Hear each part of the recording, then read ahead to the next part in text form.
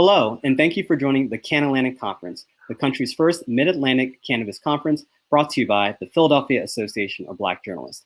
If you're watching this current session, this session is about navigating a global pandemic as a cannabis event planner and really becoming an expert in crisis communications. I know a lot of people in the cannabis space are into programming and into event planning, and clearly this global pandemic has shifted everything and has disrupted all of the things that we had planned for in 2020. We have Caroline Phillips, the founder of the National Cannabis Festival, and Steph Barnhart, the co-founder of Oregon's Cultivation Classic, walking us through how they were able to navigate this pandemic and how they were able to shift, pivot, or ultimately just stay steady while they had to address their events that were going to happen this year.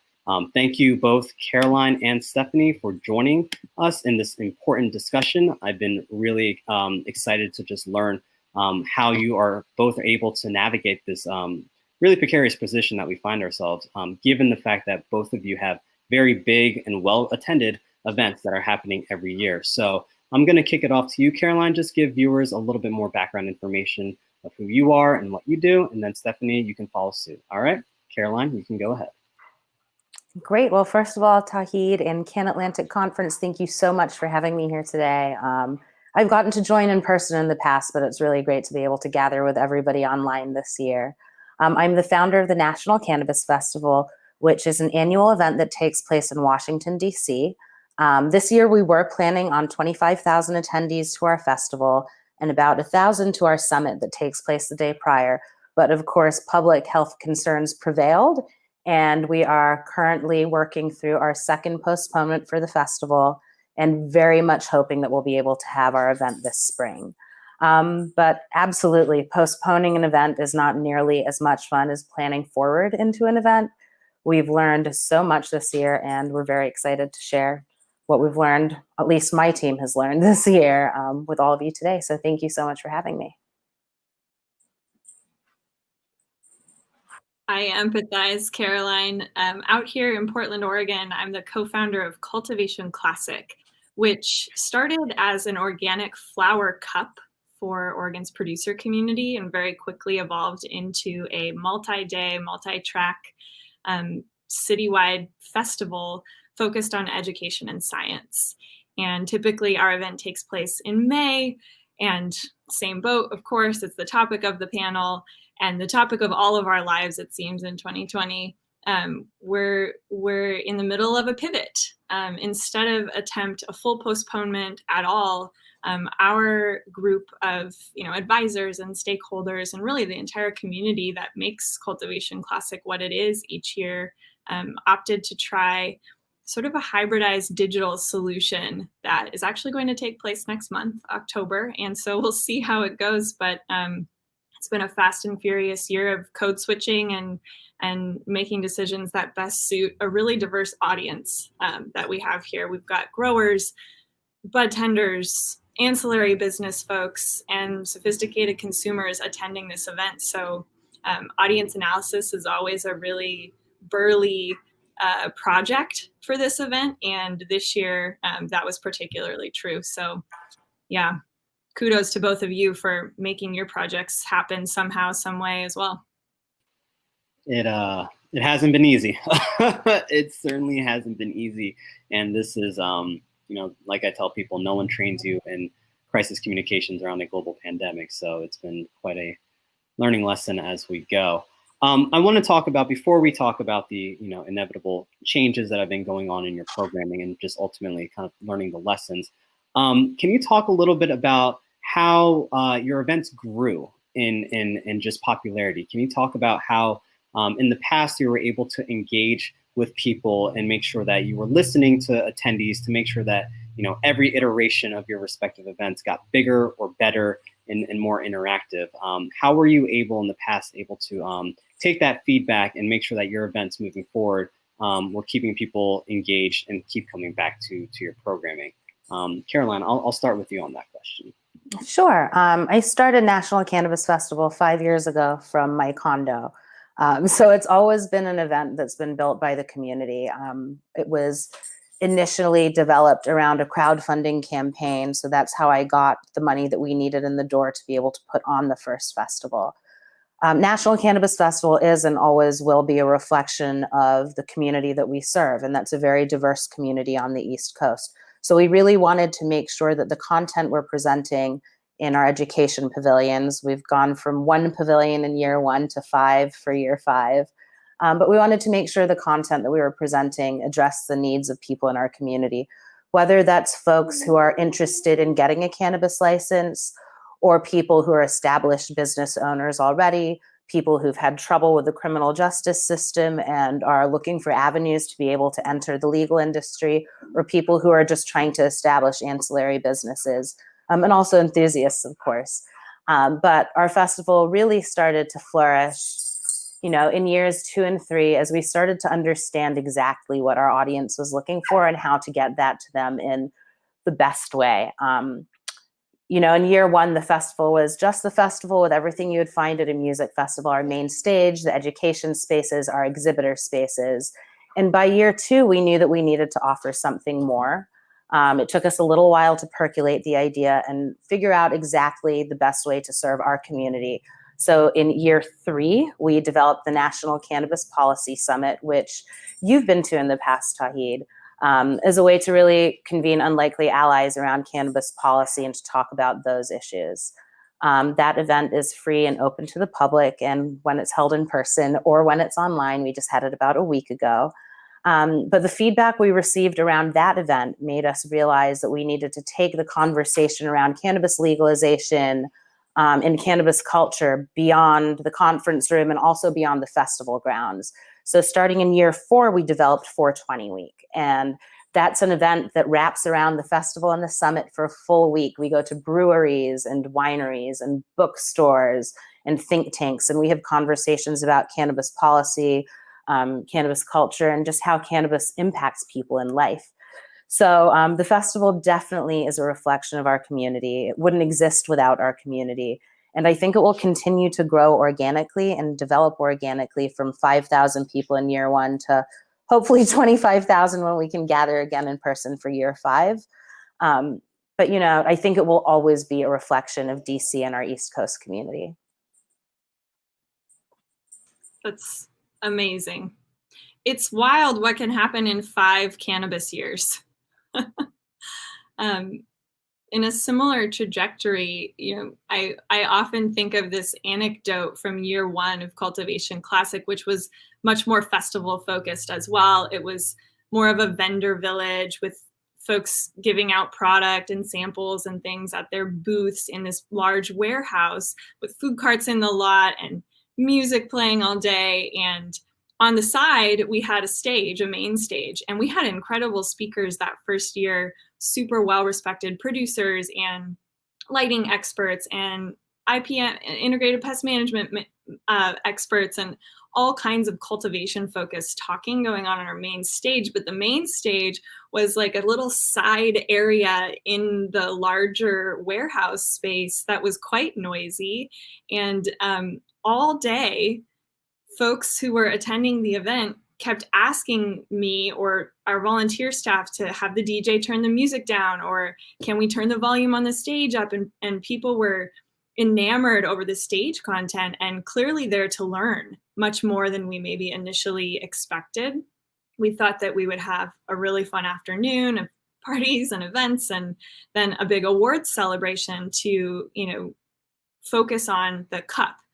And it turned out that folks were really much more intrigued by and excited about what was going on the main stage. So we made a huge pivot from year 1 to year 2. And instead of throwing a warehouse party, starting in year 2, the format that we see and still use today was put into effect. We have more of an auditorium focused show with a main stage and smaller workshops that folks can attend on niche topics, facility tours, and just really try to spread science far and wide through this multi-day, 2.5 days of programming. So similar to you, Caroline, it started as a party back when legalization was, a new topic, and folks were excited to pass joints with each other and try free samples. And back when we could do that in Oregon. And very quickly, it became super clear that the data coming out of our cup and the education that was presented by our keynote speakers each year were really what drove people to keep coming back. So in response to your question, Tahid, about listening to audience, there's multiple ways to get feedback from event attendees, especially in this digital world. Folks are sending us DMs about people they wish were speaking on our stage, or companies that they know of that's doing something aligned, and asking if we can have a panel with them. It's a really community-generated content series here as well, because we try to make it as easy as possible for folks to find us and to share that feedback. So from the people asking me physically on site at that first year event, hey, can you please turn the music down? To someone who writes me a really thoughtful email about a speaker we should have next year. There's no shortage of community feedback making this thing what it is.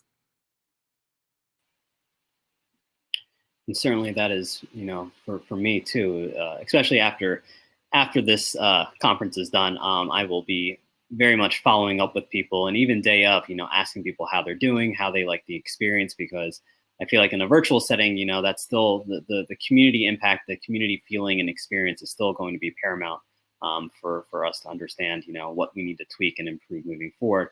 So I'm looking forward to asking people how they're enjoying the experience and making sure that I take that back to the drawing board when next year happens. It's been a couple of months since the pandemic has really shut down a lot of things in this country, and really, got into the big celebration that was supposed to be of 420 month this April. Looking back, at least just in those first couple of months as we entered into 420 month and as we entered into the summer, looking back at how you both handled kind of the growing concern that this was really that COVID-19 was going to really disrupt everything in our realities as we saw them then. Looking back, how do you reflect on the changes that you made, or the actions you took, or the things that you did? Can you pause and reflect a little bit and kind of tell the audience, like, what did you learn about yourself and the ways that you handled the crisis, so to speak, and what are some takeaways that you came away with? And I'll open that up to whomever wants to take that question. Man, that is a question. Something that sparks thought for me in response to that is, in event planning in normal times, there's an extreme sense of urgency all the time. I don't know if you experience that, the two of you, but I do. I experience the stress of the calendar, the stress of the deadlines, and it's similar in journalism too, right? Like the paper's going out, the tickets are on sale, the event is happening, and so your to-do list carries a sense of urgency all of the time. For me, when school was officially canceled in Portland, where I live and have a third grader, in mid-March, which was right at that sweet spot 3 months out before our event, where you just put the pedal to the metal, where it's like, okay, I'm going to be pulling 12-hour days now for the next 3 months, and we'll get this event across the finish line. For me, it was really clear when school was canceled that was just it. There was no way that we were going to have a live gathering anytime soon. And then the accompanying uncertainty of not being able to plan for, okay, but when could we have a live event, was really challenging. And flipping the switch off of this like event planner urgency mode was really tricky, and it took some time, and it took a lot of wise counsel from my teammates and our partners. Cultivation Classic is a collaboration between Willamette Week, which is an alt newspaper in Portland, and then several scientists and myself from the cannabis community. And together we all spent a lot of time asking ourselves, like, what does the community need in this moment? Like, do they need us to say, now we have a new plan and we're going to try a live event in August? Or do they need us to say, we really don't have any answers, and we know you don't have answers either, and that's okay, and we'll let you know when we get some answers? Do they want us to just publish the results from the cup, which, lucky for us, our judging of all of the flower entered in Cultivation Classic was complete before the pandemic shut down?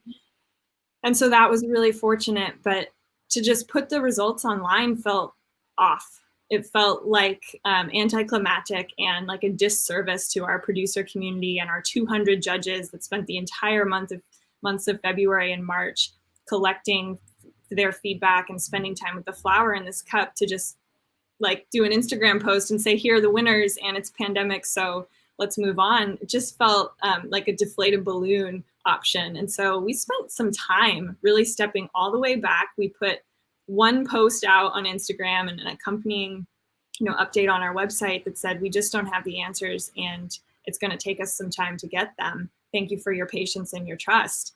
And our community is very gracious and they seem to respond well to that. But there were all kinds of different options on the table. Caroline, I know with the festival out east, I can't wait to hear how the decision-making went for you. So we started to become aware of news from overseas that was concerning from a public health perspective in late January. With our festival being in the middle of April, we started to become very concerned in early February. But I think a challenge for us was that, not just festival producers, but the local government, United States government was still trying to figure out what was going on and how much they needed to react.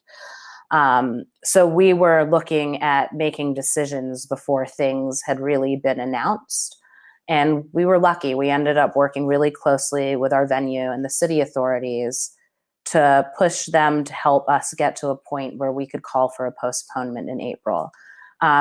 As much strategy that goes into planning the festival went into our communication strategy around the postponement. I know that especially in times of a lot of uncertainty, our customers are looking to us for certain options. What can I do with my ticket? Can I get a refund? If I can't get a refund, which you can, we gave everyone refunds. But what are my other options? If I still want to come, when's that festival going to be? Okay, well, what if it's on a date and I can't be there on that date? So it was really making sure that not only did we post an announcement explaining our decision, but also provided immediately at that exact second all of the options. I'd been looking at how other programs, festivals, conferences, whatever it was, have been handling their respective postponement announcements. And it seemed like the groups that came forward, at least for our East Coast audience, with all of the options, organized in a website. Here's the frequently asked questions page. Here's the email you can email if this doesn't make sense to you.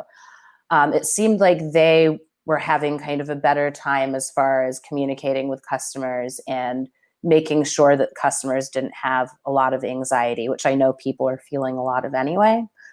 So after we worked through our initial announcement, which involved a lot of stakeholders, again, it was working with the city, it was letting all of our vendors know, from the place where we hold the summit at the Ronald Reagan Center to the people who put up the fences and bring in the porta potties and the stage for the festival, contacting talent who we have contracts with also and saying, look, it's not looking so good for our festival. What are the options here? So it was a lot of heavy negotiation as far as looking through contracts and making sure all of the stakeholders got the information they needed so that they could say, we understand your decision, we support it. And once we finally made the announcement and we're dealing with people's questions, then we were kind of left staring down a hole. We'd spent 11 months planning to put on this big event, and we had this terrific audience keyed up and ready to come to our event. So what to do with that? It seemed like a waste just to say, well, we'll see you when events can come back.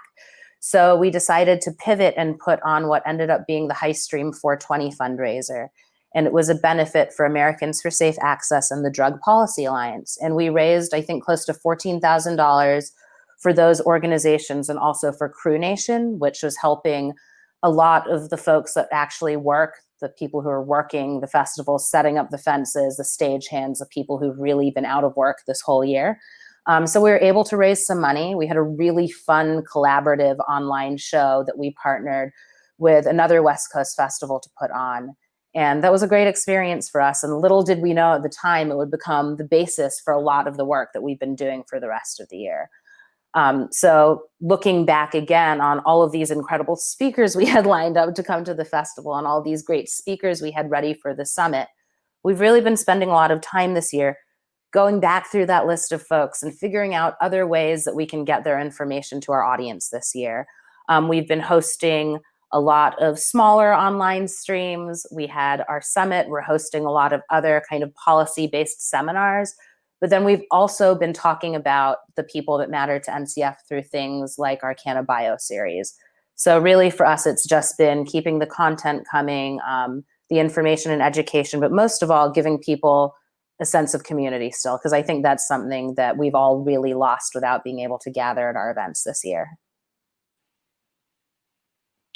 Yeah, I was not prepared whatsoever. When I think really the reality for me, I wanted to stay optimistic in March, but I was really looking at some of the other non-cannabis related events to see what they were doing, and as things started slowly kind of shutting off, I think once South by Southwest closed, when I was going to go out there to speak too. When that closed in Texas, I was like, all right, like there's no way that I can think that I can hold off when this massive festival is closing.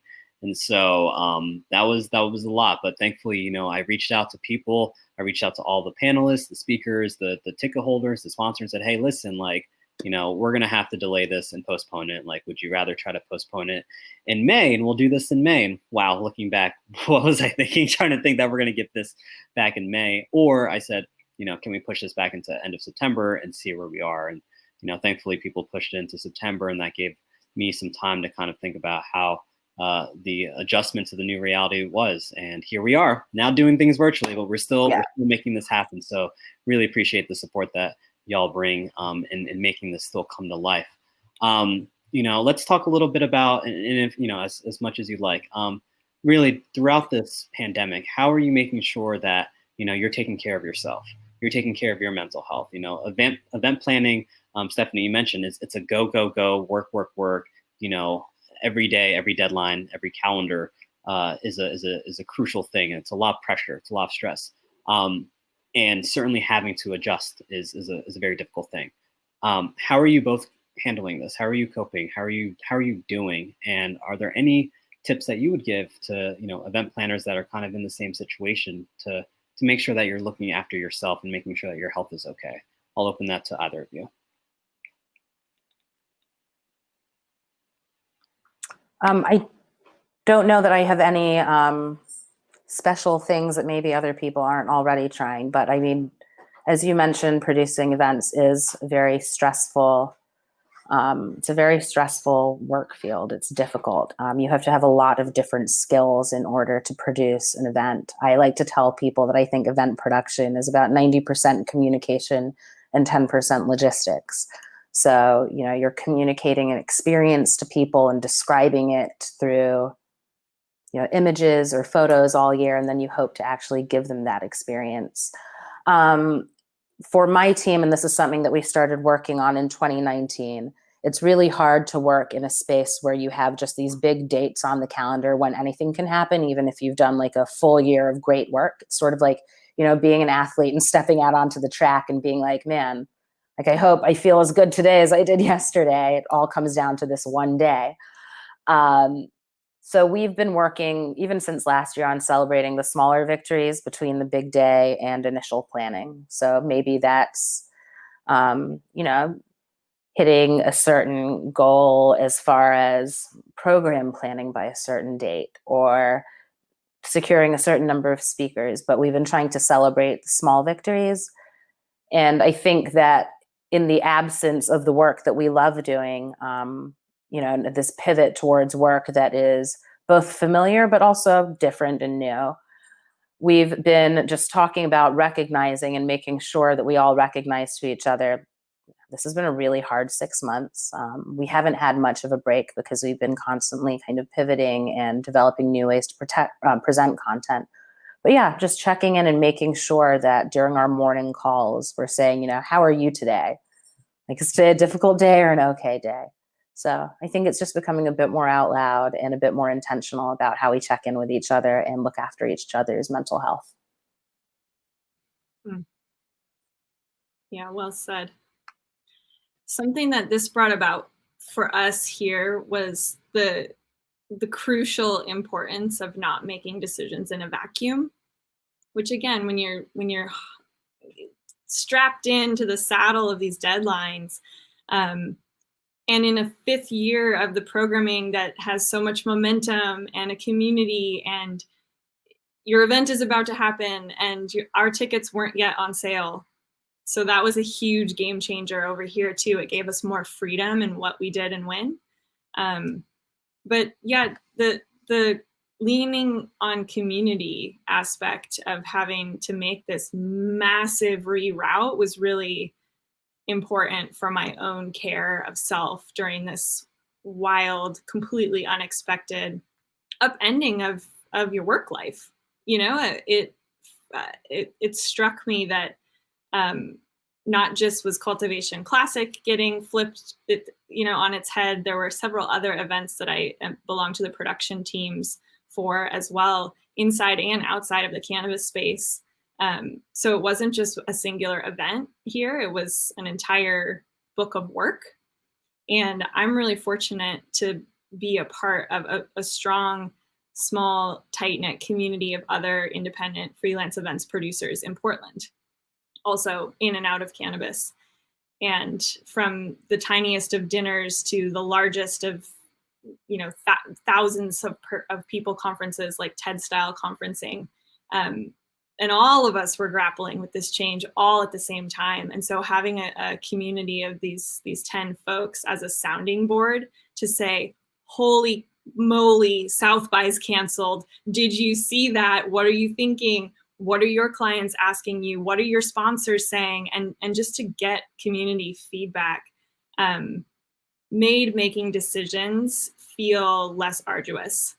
To know that, yeah, every one of us in this position of curating stage and trying to achieve sponsorship goals and bring people together for the sake of being together was in this sort of sinking Titanic ship moment altogether. That for me really helped to keep perspective, that it wasn't just Cultivation Classic that got wrecked. It was literally the Olympics and South by Southwest and Coachella and, just every gathering everywhere. So keeping that in perspective was important for me to not spiral too far into the doom of it all and, oh my gosh, what are we going to do mode. Community, that was the saving grace for sure.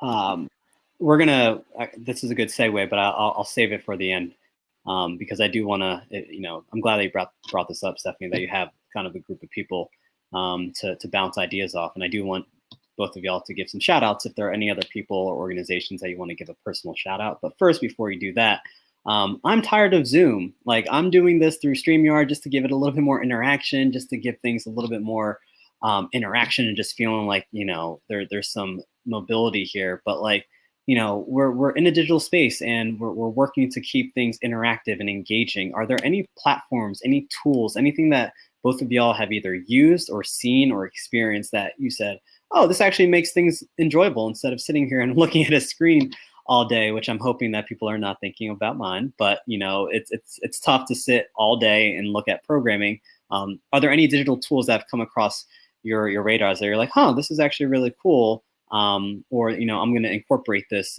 moving forward in some way, shape, or form. I open that up to both of you.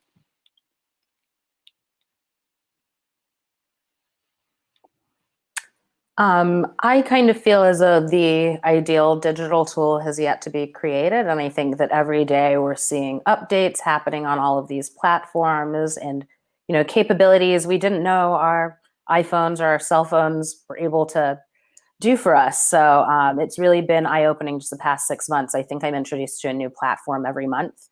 I think one of the challenges of the streaming space is, unlike the physical event space where you can, get so much energy just from being in the room with people, it can sometimes feel challenging to create that same community feel. But I think that that's something that you do a really great job of, Tauhid, through your conference and encouraging conversation before the conference, during and after, in speaker selection, in finding people that resonate with the community that you're trying to attract to this event.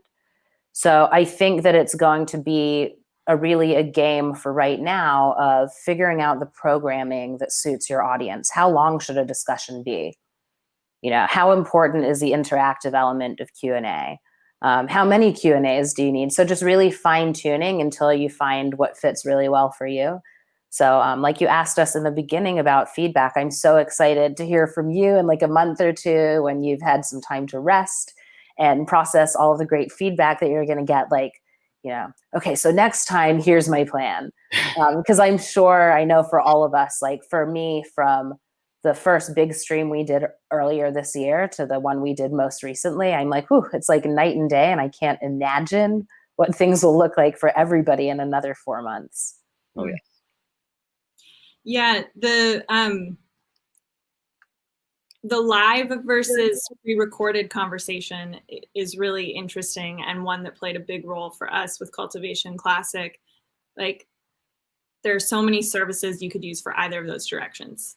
And instead of thinking about it from a producer's point of view, like what will be the best and easiest or most cost efficient or whatever the metrics you use to make a decision, like using a new platform you have to make.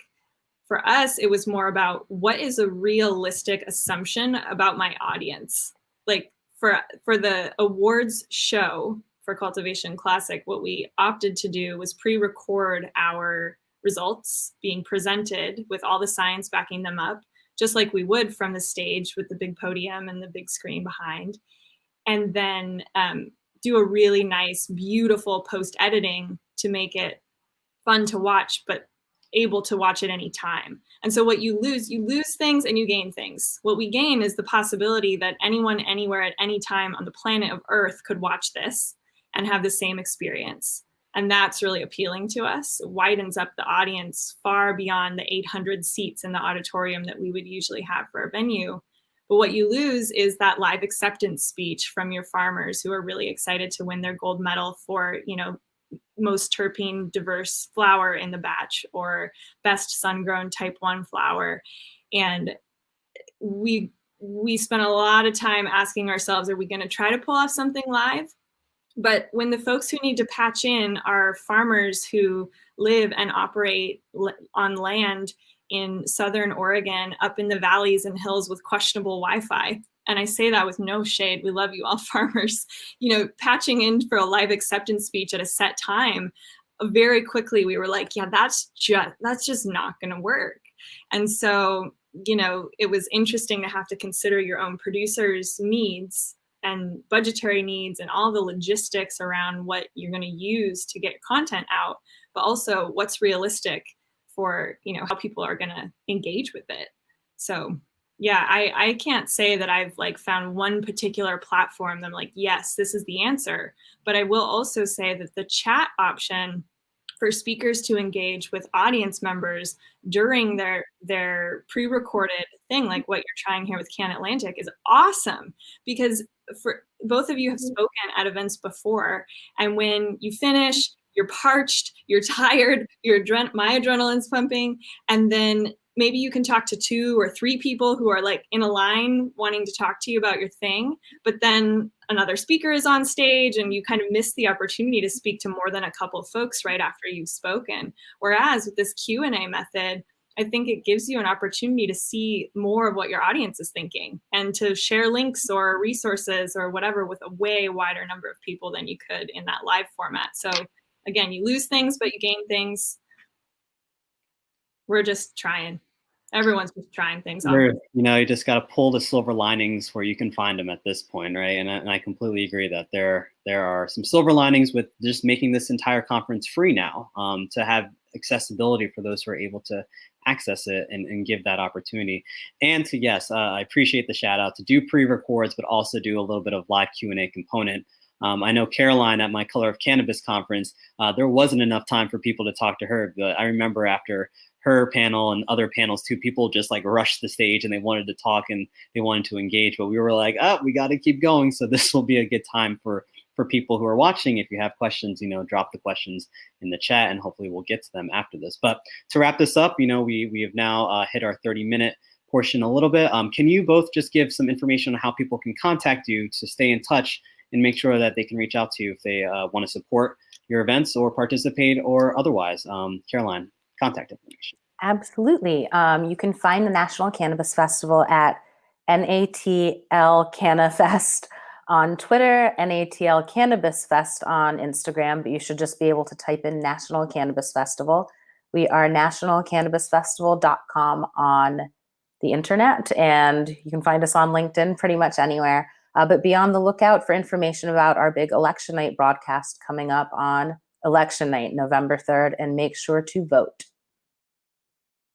Yes, I have really enjoyed catching the Instagram snippets from the policy summit that you hosted a couple of weeks back. It's been really, really great to listen in and catch that on the back end. For Cultivation Classic, we are at Cultivation Classic on Instagram. That's the best place to find out the latest news and updates. We are launching our awards results the week of October 19th. And you can stay in touch and find those at cultivationclassic.cc, which is confusing, but .cc, not .com. And an Instagram direct message or an email to us anytime. We'd be happy to answer questions and stay in touch. We welcome all of you to tune in next month and find out who grew the best craft organic weed in Oregon. Thank you both for spending some time with me and for our viewers too, to drop some knowledge, drop some wisdom, and thank you for kind of walking us through how you've been able to navigate this turbulent time that we all find ourselves in. This concludes the session of event planning during the global COVID-19 pandemic. We are going to take your questions. For those who have any questions for Caroline or Stephanie, make sure you put in the chat, any questions, and we'll bring on our speakers to just do a quick little live Q&A where they can answer your questions or extrapolate on any of these topics that they already mentioned. Again, thank you both for supporting the CannAtlantic Conference. Thank you so much for participating in it. It really means a lot to me. Thank you so much. Thank you for putting this on. An absolute pleasure. I'm going to come out east for your event next April, Caroline. Yes. That would be so much fun. And then you have to come back next September unless you're going to do a spring show, Tauhid. Oh. But either way, hopefully we can have a recap discussion next year where we talk about the big comebacks for all of our events in 2021. I like that. Oh yeah, I'm looking ahead to 2021 and making sure that we do it bigger. And I'm hoping that the pandemic is able to be addressed by then so that we can all connect and actually, get to enjoy things in person, hopefully soon. But in the meantime, please be safe, please be well. And again, thank you so much for participating. Thank you. Bye, everybody.